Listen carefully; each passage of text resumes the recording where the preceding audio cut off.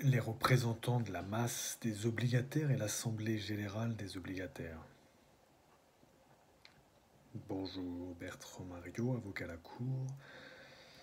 Il est intéressant de distinguer selon que les représentants de la masse des obligataires ont été désignés par la société émettrice, grand A, ou par l'Assemblée générale des obligataires, grand B. Grand A. Les représentants de la masse des obligataires ont été désignés par la société émettrice. Lorsque les représentants de la masse des obligataires ont été désignés par la société émettrice, l'Assemblée générale des obligataires pourra restreindre ou élargir leurs pouvoirs dans un délai de 6 mois suivant leur désignation par la société émettrice.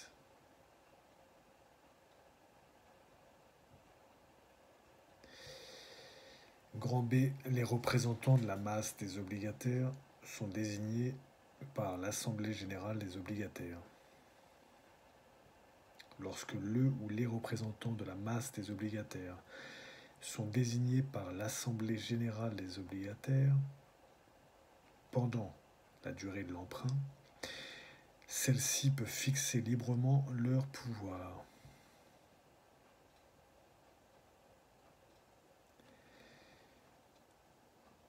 Article 470-5, 2 et 3 de la loi du 10 août 1915 sur les sociétés commerciales telles que modifiées. Article 470-5, 2 dispose: l'Assemblée générale des obligataires peut, après un délai de 6 mois, restreindre ou élargir les pouvoirs des représentants de la masse des obligataires désignés par la société lors de l'émission. 470-5, 2, fin de la citation. 470-5, 3. Lorsque le ou les représentants de la masse, les obligataires, sont désignés par l'Assemblée générale des obligataires pendant la durée de l'emprunt,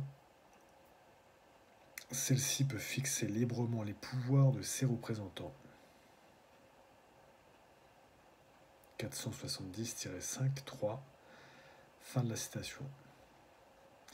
Vous pouvez aussi vous reporter à notre article « Les pouvoirs des représentants de la masse des obligataires »